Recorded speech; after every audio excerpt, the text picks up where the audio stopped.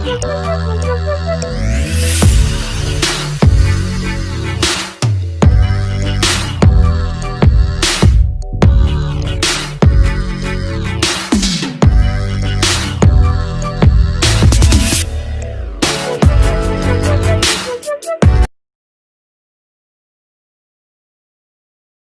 Morning students.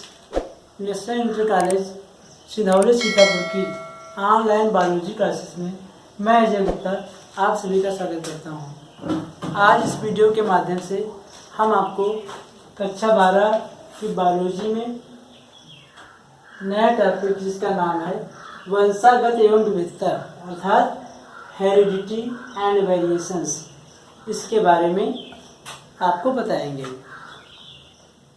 इसमें से सबसे पहला इसका टॉपिक है आनुवंशिकता।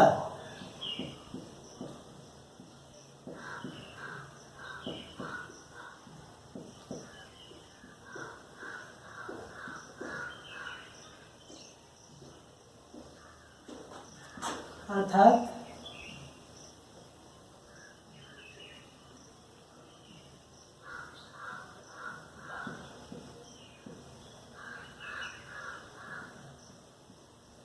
हेरिडिटी।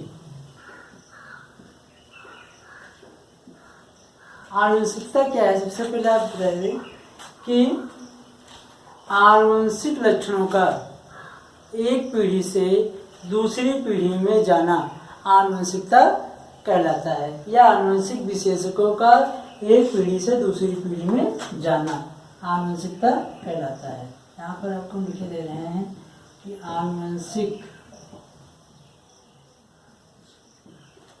लक्षणों का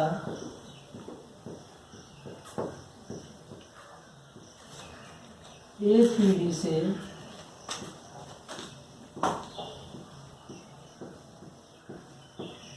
दूसरी पीढ़ी में जाना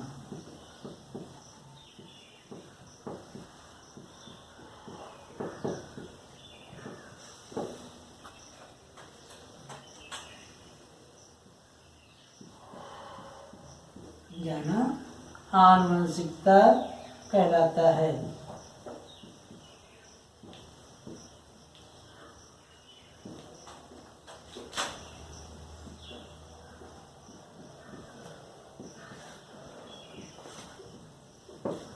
जैसा कि आप सभी लोग जानते हैं कि कोई भी जीवधारी है या पेड़ पौधा या जंतु है या पौधा है, उसमें जितने भी उसके आनुवंशिक लक्षण होते हैं वो पीढ़ी दर पीढ़ी उनके माता पिता से अगली संतानों में पहुंचते रहते हैं। इसी क्रिया को कहते हैं कि आनुवंशिक लक्षणों का एक पीढ़ी से दूसरी पीढ़ी में जाना आनुवंशिकता कहलाता है। अब वैज्ञानिक एक हैं जिनका नाम है ग्रेगर जॉन मेंडल। आपने इनका नाम पहले सुना होगा कि ग्रेगर जॉन मेंडल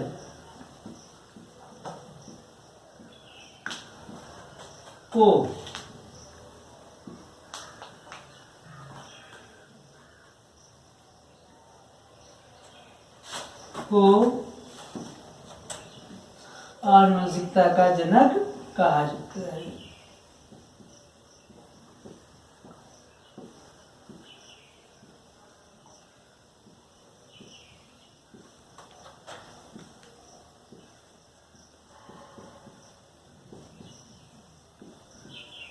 अर्थात ग्रेगर जॉन मेंडल को आनुवंशिकता का जनक कहा जाता है। इसके बाद एक दूसरी इसकी टर्म आती है जिसका नाम है आनुवंशिकी। क्या नाम है? आनुवंशिकी।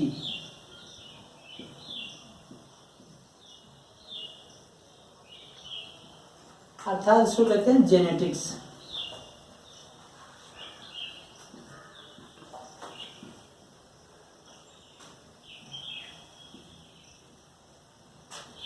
अब आप कहेंगे कि आनुवंशिकी क्या होती है? आनुवंशिकी का मतलब है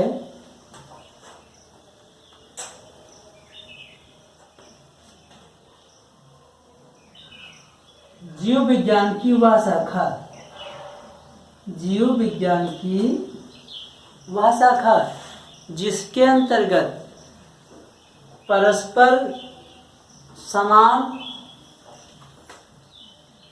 जीवधारियों के समानताओं असमानताओं तथा उनके आनुवंशिक लक्षणों का अध्ययन किया जाता है। या फिर कह सकते हैं कि आनुवंशिकी जीव विज्ञान की वह शाखा है जिसके अंतर्गत जीवधारियों के आनुवंशिक लक्षणों का अध्ययन किया जाता है। आनुवंशिकी या जेनेटिक्स कहलाती है। जीव विज्ञान की वह शाखा जिसके अंतर्गत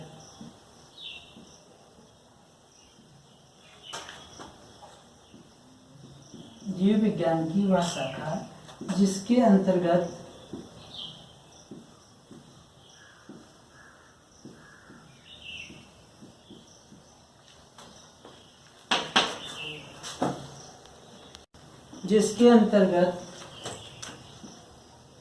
परस्पर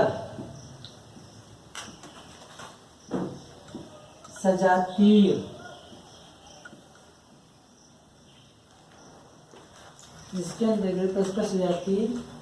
एवं संबंधित जीवधारियों के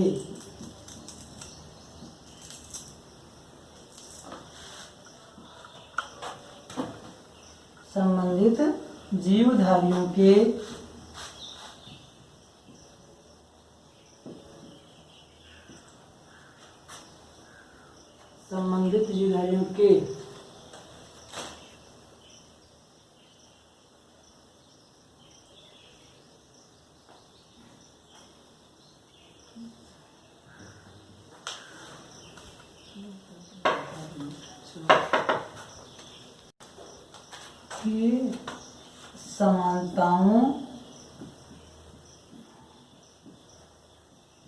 एवं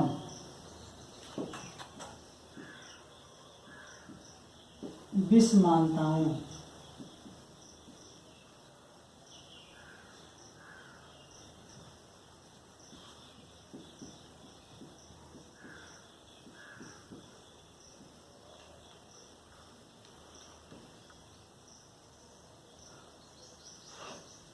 एवं आनुवंशिकता का अध्ययन किया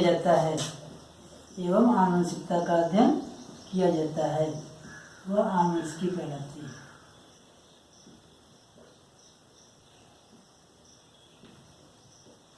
आनुवंशिकता का अध्ययन किया जाता है।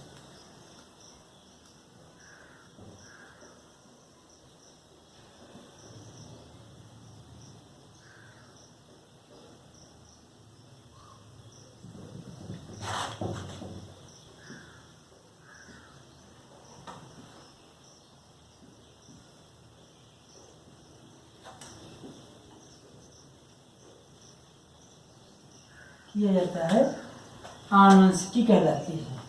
क्या कहलाती है? आनुवंशिकी या जेनेटिक्स कहलाती है।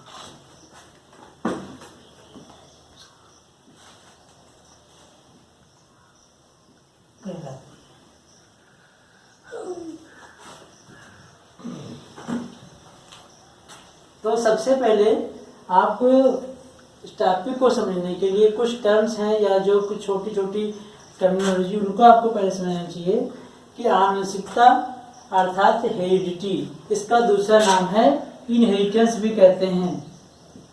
इनहेरिटेंस भी कहते हैं। तो फिर से बता देते हैं कि आनुवंशिकता क्या है। आनुवंशिक लक्षणों का एक पीढ़ी से दूसरी पीढ़ी में जाना आनुवंशिकता कहलाता है। इसके जनक कौन है? ग्रेगर जॉन मेंडल अर्थात फादर ऑफ जेनेटिक्स। फिर आनुवंशिकी क्या है? जीव विज्ञान की वह शाखा जिसके अंतर्गत परस्पर सजातीय जीवधारियों की समानताओं एवं विषमानताओं की एवं आनुवंशिकता का अध्ययन किया जाता है। आनुवंशिकी कहलाती है।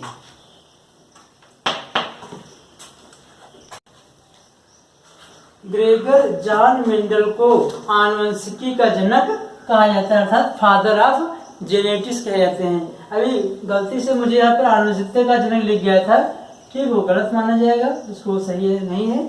सही है कि ग्रेगर जॉन मेंडल को आनुवंशिकी का जनक अर्थात फादर ऑफ जेनेटिक्स हैं, फादर ऑफ हेरिडिटी नहीं होगा, धोखे से लिख गया था। तो आप लोग इसको क्या मानेंगे कि ग्रेगर जॉन मेंडल को आनुवंशिकी का जनक कहा जाता है, अर्थात फादर ऑफ जेनेटिक्स किसको कहा जाता है? ग्रेगर जॉन मेंडल को। जो वहां पर लिख गया था वो गलत है, इसको मत समझिए, आप कुछ नहीं समझिए, ठीक है। आगे इसको देखिए। इसके पश्चात बच्चों अगला इसका वो है कि मेंडल के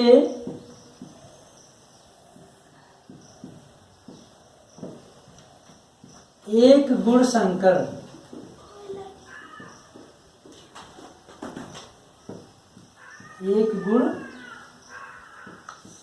संकरण के प्रयोग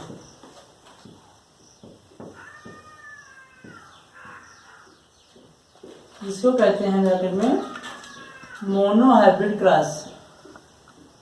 मोनोहाइब्रिड क्रॉस अर्थात एक गुण संकरण का प्रयोग। इसमें क्या होता है? एक गुण संकरण क्या है? मोनोहाइब्रिड क्रॉस, डाईहाइब्रिड क्रॉस और ट्राईहाइब्रिड क्रॉस, इन तीनों को पहले आप जान लीजिए। मोनोहाइब्रिड क्रॉस क्या होता है, उसके बाद डाईहाइब्रिड क्रॉस क्या होता है,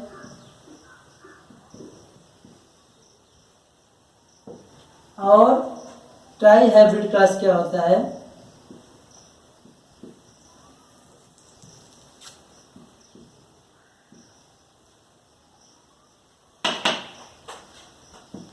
मोनोहाइब्रिड क्रॉस का मतलब है एक संकर क्रॉस, एक संकर संकरण,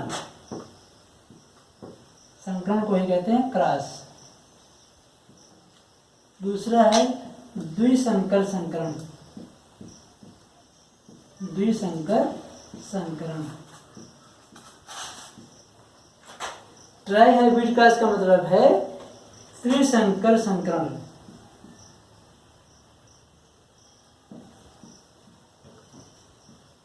या इसको त्रिगुण संकरण भी कहते हैं, त्रिगुण संकरण भी कह सकते हैं।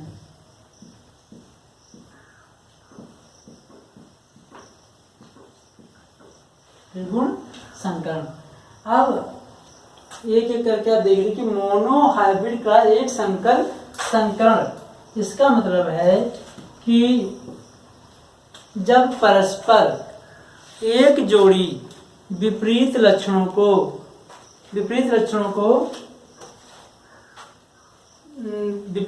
के जीन रूपों का अध्ययन करने, 10 रूपों का अध्ययन करने के लिए उनके मध्य संकरण कराया जाता है, तो इसे एक संकर संकरण या मोनोहाइब्रिड क्रॉस कहते हैं। केवल उसमें एक जोड़ी विपरीत लक्षण होंगे। इसमें क्या है? द्विसंकर का मतलब है कि जब दो जोड़ी विपरीत लक्षणों को के मध्य संकरण कराया जाता है तो इसे द्विसंकर संकरण कहते हैं। जब 3 जोड़ी परस्पर विरोधी लक्षणों को के मध्य संकरण कराया जाता है, उनके लक्षणों के मध्य अध्ययन करने के लिए, तो इसे क्या कहते हैं? त्रिगुण संकरण या ट्राईहाइब्रिड क्रॉस कहते हैं। ट्राईहाइब्रिड क्रॉस, त्रिगुण संकर संकरण या ट्राईहाइब्रिड क्रॉस कहते हैं। तो सबसे पहले आपको मैं बता दूं कि मोनोहाइब्रिड क्रॉस के लिए मेंडल ने क्या किया था? मेंडल ने मोनोहाइब्रिड क्रॉस के लिए 2 प्रकार के पौधों का चयन किया मटर के, जिसमें एक पौधे का तना लंबा था जबकि दूसरे पौधे का तना नाटा था, ठीक। और दोनों के मध्य उन्होंने संकरण कराया। तो उन्होंने देखा कि पहली पीढ़ी में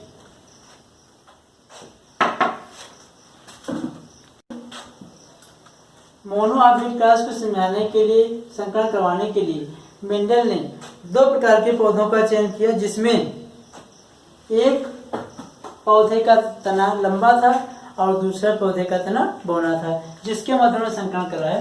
तो लंबे पौधे वाले तने में देख लीजिए,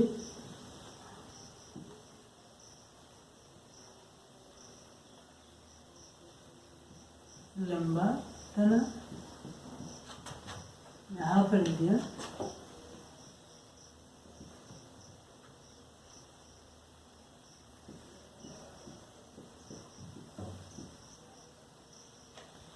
लंबे पौधे, तो लंबे पौधे, लंबे पौधे एवं बौने पौधे, सीधे सीधे लिखना, अर्थात टाल प्लांट्स एंड इधर क्या लिखेंगे, ड्वार्फ प्लांट्स, बौने पौधे।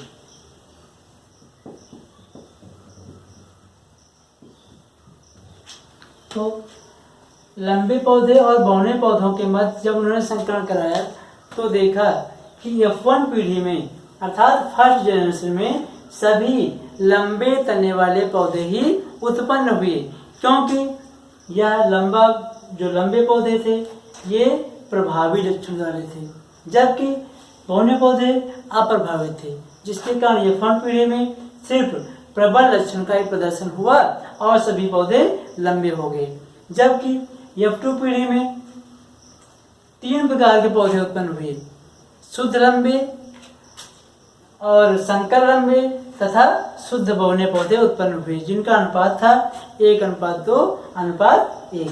आप इसको देख लीजिए एक बार। कैपिटल टी,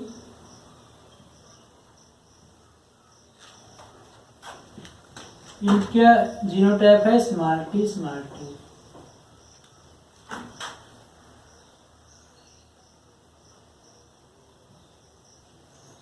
इनके गैमेट्स बना लीजिए, capital T, capital T, small T, small T. इनको क्या लिख देंगे यहाँ पर, गैमेट्स, अर्थात युग्मक। गैमेट्स, ये क्या है, गैमेट्स है।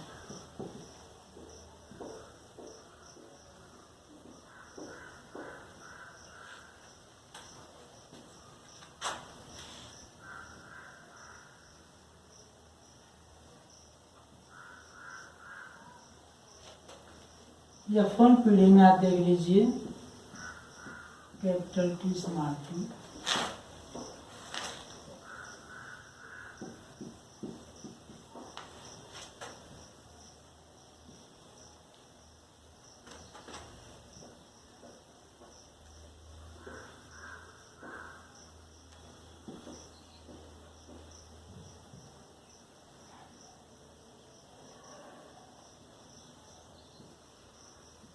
कैपिटल टी, स्मॉल टी,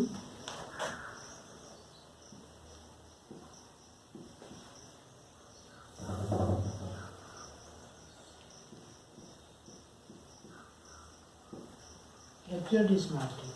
आप देख रहे हैं ये F1 पीढ़ी है, F1 जनरेशन है। तो आप यहाँ पर देख रहे हैं कि सभी जितने भी पौधे हैं F1 जनरेशन के, ये सभी टाल प्लांट्स हैं, अर्थात हाइब्रिड टाल, संकर लंबे हैं सभी।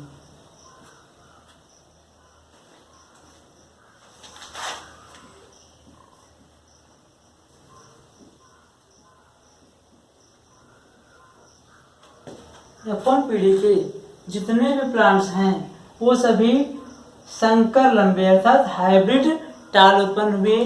दोनों में आप सभी में देख रहे हैं कि लंबेपन का भी जीन है, जबकि बौनेपन का भी जीन है, लेकिन यहाँ पर लंबापन का जीन जो है वो प्रभावी हुआ, जिसके कारण सभी पौधे F1 पीढ़ी के लंबे तने वाले उत्पन्न हुए। इसके पश्चात F2 पीढ़ी में जब क्रॉस कराया जाएगा, अर्थात इनका और इनके मध्य जब संकरण कराया जाएगा, तो F1 संतति के संतान पौधों के मध्य तो 3 प्रकार के पौधे उत्पन्न होंगे। इसके आगे आप देख लीजिए।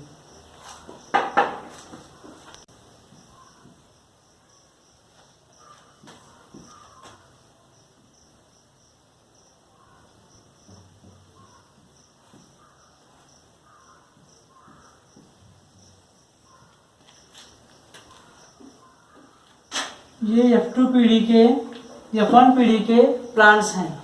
जब इनके मध्य कराया गया संकरण, जैसे कि आप जानते हैं ये क्या है, ये सभी हाइब्रिड टाल हैं, हाइब्रिड टाल, ये भी है, ये भी है। कैपिटल टी, इसकी गैमेट बना लीजिए, स्मॉल टी, कैपिटल टी और स्मॉल टी।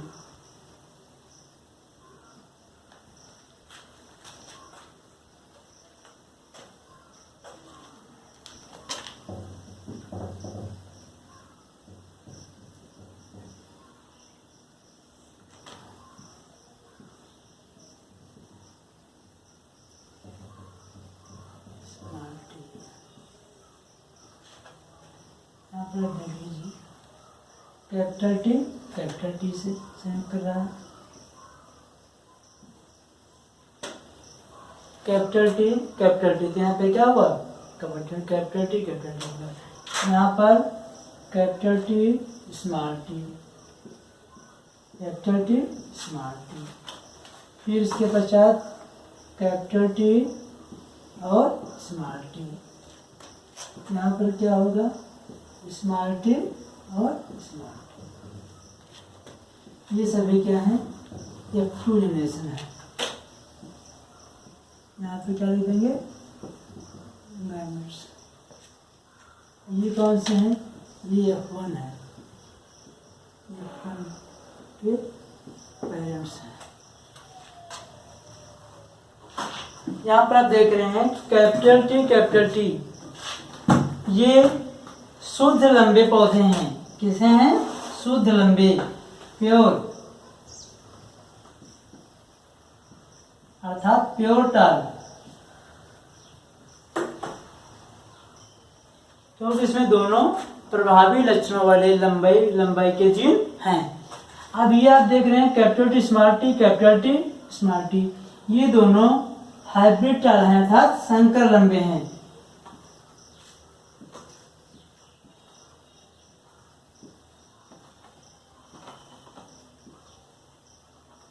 इनको कहेंगे हाइब्रिड टाल। जबकि आप ये देख रहे हैं यहाँ पर स्मॉल टी क्यों लिखा है, जो कि बौने तने वाले पौधों का जीन है, अर्थात ये शुद्ध बौने पौधे होंगे। कैसे होंगे, शुद्ध बौने पौधे होंगे। इनको कहते हैं प्योर ड्वार्फ।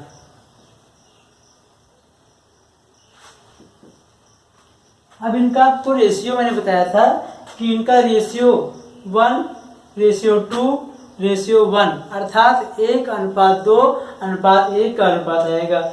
यहाँ पर देख लीजिए आप लोग, 1 अनुपात, यहाँ पर 2 पौधे हैं, 2, यहाँ पर कितना है, 1। इनको हम चूंकि बाहर से देखने पर इनमें और इनमें कोई डिफरेंस नहीं होगा, क्योंकि ये भी इतने लंबे होंगे और ये भी उनके उतने इतने ही बराबर लंबाई के होंगे। सिर्फ अंतर इनकी क्या है, फिनोटाइप में कोई अंतर नहीं है, इनके अंतर है जीनोटाइप में, जीन्स में। तो जब बाहर से ये भी लंबे दिख रहे हैं, ये भी लंबे दिख रहे हैं, तो इनको हम जोड़ के भी रेशियो लिख सकते हैं। अर्थात अगर 2 1 को जोड़ दिया जाए तो रेशियो इनका आएगा 3:1। क्या आएगा, 3:1, अर्थात 3:1। और F2 पीढ़ी में आप देख रहे हैं कि 3 प्रकार के पौधे उत्पन्न हो गए, शुद्ध लंबे, संकर लंबे तथा शुद्ध बौने पौधे उत्पन्न हो गए। इसे मेंडल ने मोनोहाइब्रिड क्रॉस के रूप में इसकी पुष्टि की थी। और यहाँ पर आप देख रहे थे कि चूंकि एक जोड़ी लक्षण को ध्यान में रखकर उनका अध्ययन करने के लिए क्रॉस संकरण कराया गया है, तभी इसको क्या कहा गया, मोनोहाइब्रिड क्रॉस। एक जोड़ी क्यों, लंबापन या विरोधी इसका क्या हुआ, बौनापन, तो इससे ये मोनोहाइब्रिड क्रॉस होगा। जब 2 लक्षणों को ध्यान में रखकर कराया जाएगा तो डायहाइब्रिड क्रॉस होगा।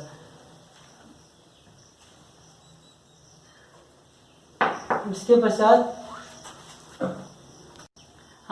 तो बच्चों उम्मीद करते हैं कि आपको ये वीडियो पसंद आया होगा। यदि वीडियो आपके समझ में आया हो, पसंद आया हो, तो आप इसको सब्सक्राइब करें चैनल को तथा वीडियो को लाइक करें। यदि कोई प्रॉब्लम है आपके समझ नहीं आया है तो आप मुझे कमेंट बॉक्स में अवश्य लिखें। फिर से हम आपको नए वीडियो के साथ कल फिर आपको नए वीडियो के साथ मिलेंगे। आपको सभी का धन्यवाद।